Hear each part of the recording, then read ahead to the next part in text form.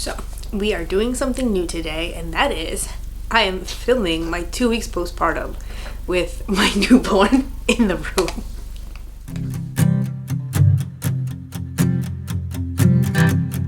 Hi everyone, and welcome back to my channel. My name is Blanca for those of you who are new here, and if you're not, welcome back to my channel. Today's video is my 2 weeks postpartum as well as Logan's 2-week update. So if you guys are interested, then definitely keep on watching. As of yesterday, both him and I are 2 weeks postpartum. I did have my appointment yesterday and he had his follow-up today morning. So I will be diving into how both appointments went, how we're feeling, and all that good stuff. So I did document everything from when I was in the hospital up until maybe a week or so about how I was feeling, pain-wise, all that good stuff. So as of day 1, I wasn't feeling any pain, and I think I mentioned it in my birth vlog video where I was just feeling perfectly fine, sort of say.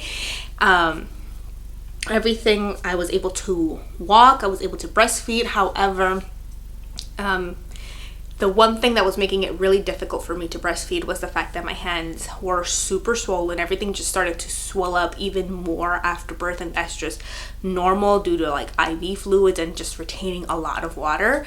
But it was making it really difficult for me to hold my baby and to breastfeed him because my hands would fall asleep and it would feel like there was a fire inside my hands. It was so bad that I had to shake my hand to kind of regain motion again and then reposition him. So it was just causing a lot of more difficulties when it came to breastfeeding.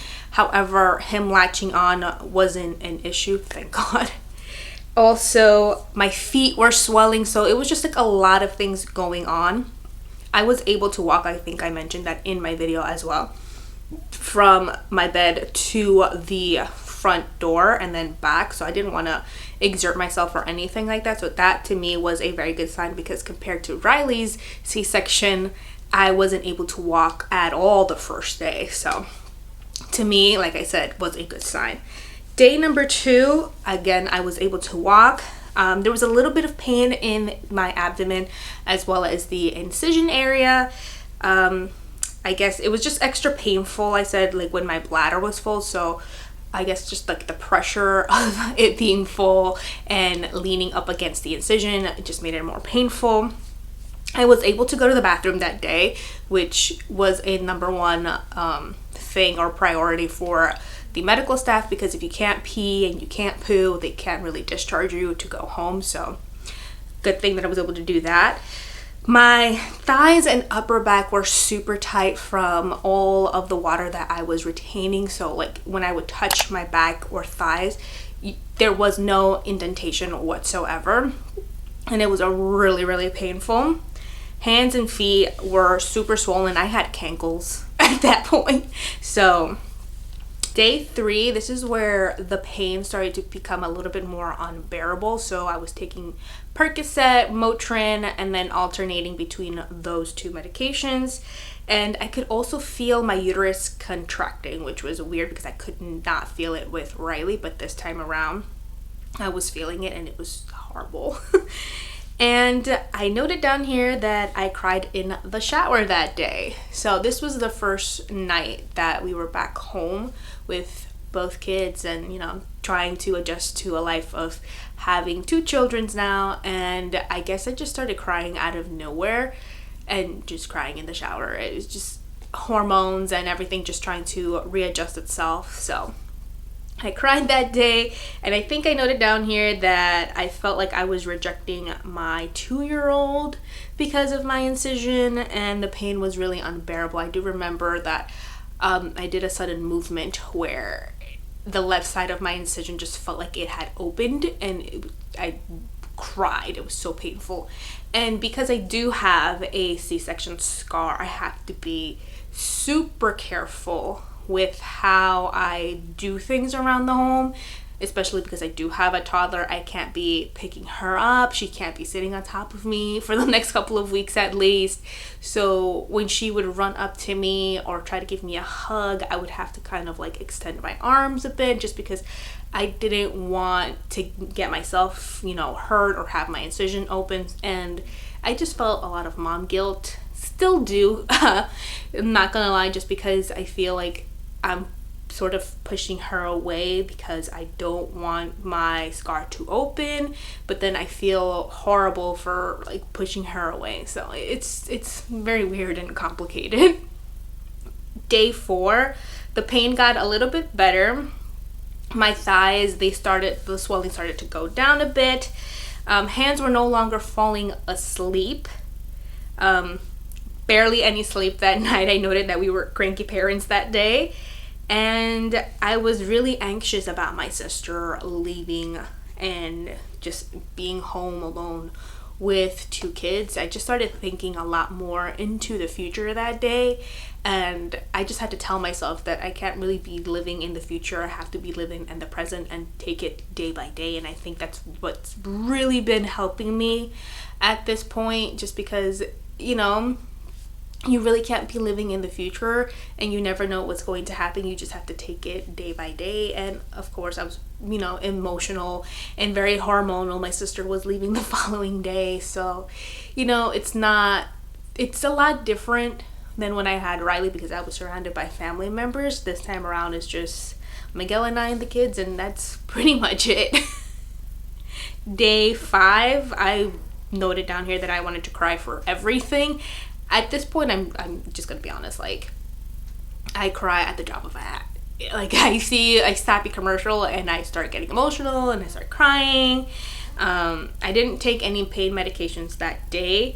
My nipples did start to hurt. They were becoming very tender and very sore. My feet swelled up even more.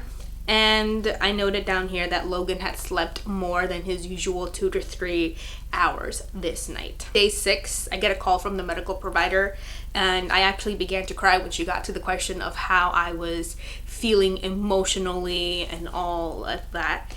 So I did tell her that I was feeling a little bit of the baby blues and that I was just crying and being really emotional. And her response was, that it's very normal to feel like that. Hormones are adjusting. I was pregnant for 9 months and now you don't have a baby inside of you anymore, so it's just an adjustment period.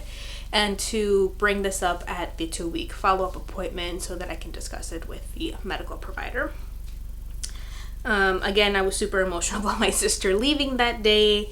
My feet got swollen even more, if that could even be a possibility. Thighs were still rubbing together and a lot of milk was coming out, just a lot of letdown that day, and I got some decent sleep. Day number 7, I was able to walk a lot better. I didn't feel as much pain. I'm no longer taking the Percocet medication. I am taking a little bit of Motrin here and there when I do feel a little bit of discomfort, but other than that, I'm not taking anything that is extremely strong. Still not able to bend down, not able to pick up a car seat or anything like that, just because you don't really want to open up your incisions and then have to go back to the hospital, have them sew you back up, and then restart the whole healing process all over again. What else? That day, like I said, it was just, I've been feeling a lot of emotions just with my sister leaving and the baby. I know I've been saying that a lot in this video, but it's just honestly how these last 2 weeks have been. It's been an adjustment, just like I said, trying to work around and coordinate with having 2 kids and having them both need you at the same time. Like today morning, I almost had a meltdown because I was trying to get myself ready, trying to get the kids ready for the appointment, and Miguel had gotten out to like run out and get some do some errands before the appointment, and both of them started crying. Both of them needed diaper change and they both needed my attention, and just did not know who to go to first. So I just texted Miguel, I'm like, you need to hurry back up because things are just getting really out of hand. So when he came back, I was already done changing Riley, and then I was moving on to change Logan. So it was a lot, you guys. And it's normal to feel overwhelmed when you're trying to get to both of your kids, and they both need you and they're both crying. So it's normal to feel overwhelmed, sometimes even frustrated, and get emotional.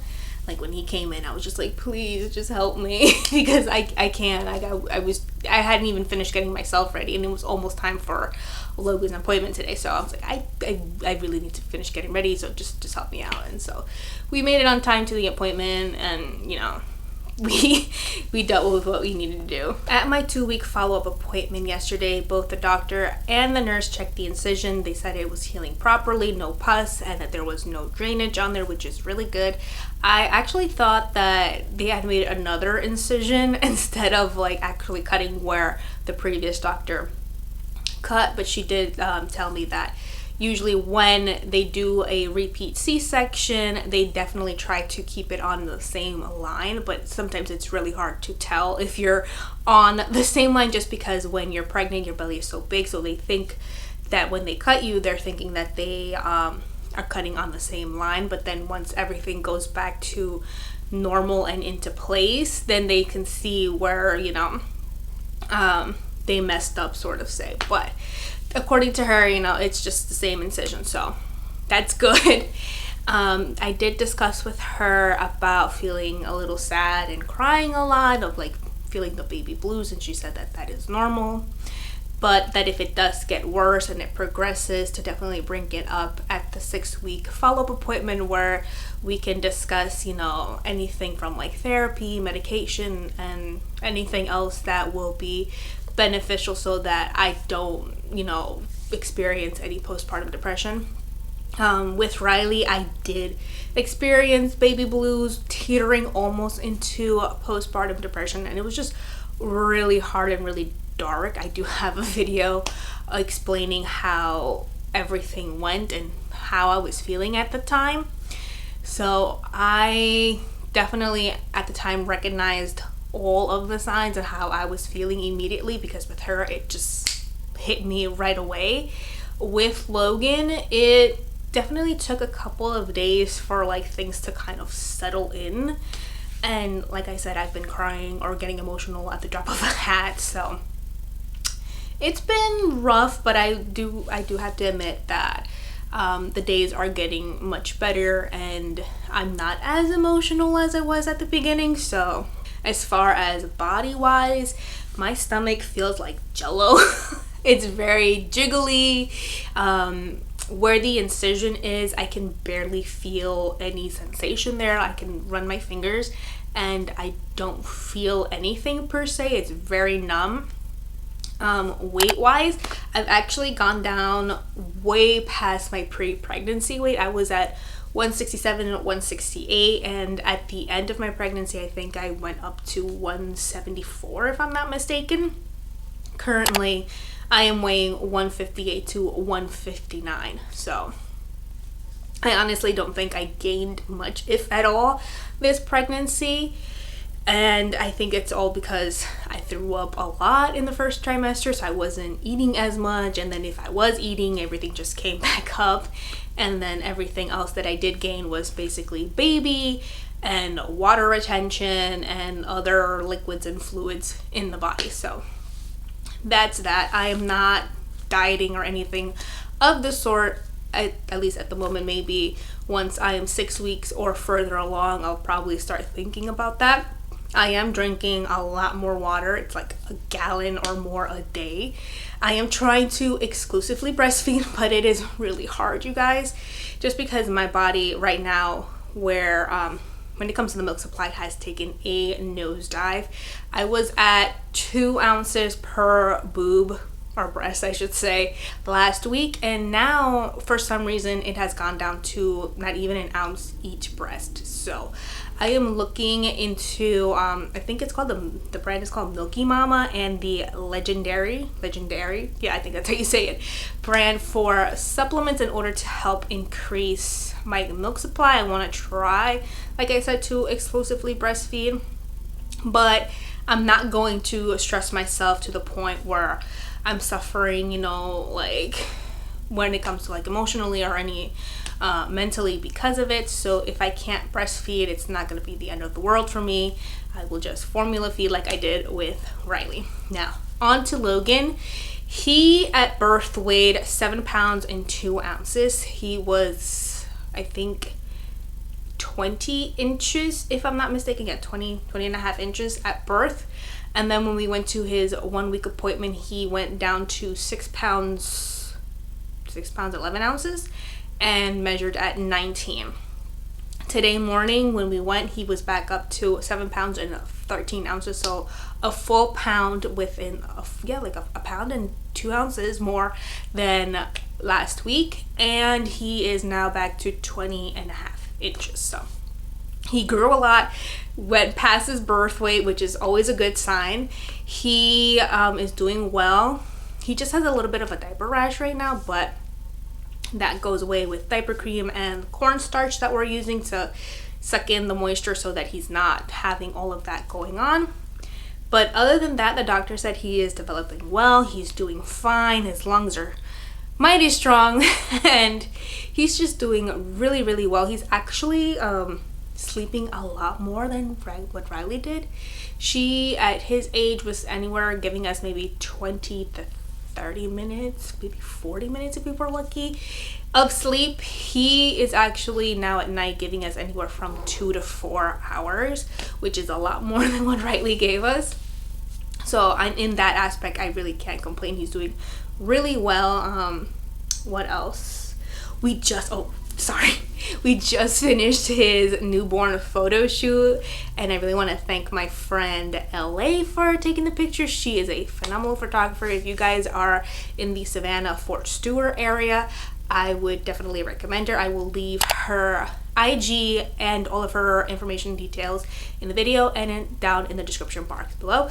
But she did our maternity shoot photos and I love them, and now she did Logan's shoot, and I'm so excited to see how his newborn photos turn out because we incorporated a lot of Miguel's military stuff, like his boots and his dog tags and hats. It was just really cute and I really loved it, and I can't wait to see how the pictures turned out. He was quite the trooper, I do have to say, because we were taking his pictures for, I'd to say maybe two hours or something like that. Just a lot of it was just positioning of the baby and all of that, but he was quite the trooper, slept right through the photo shoot, and I really can't wait to, like I said, to see his pictures.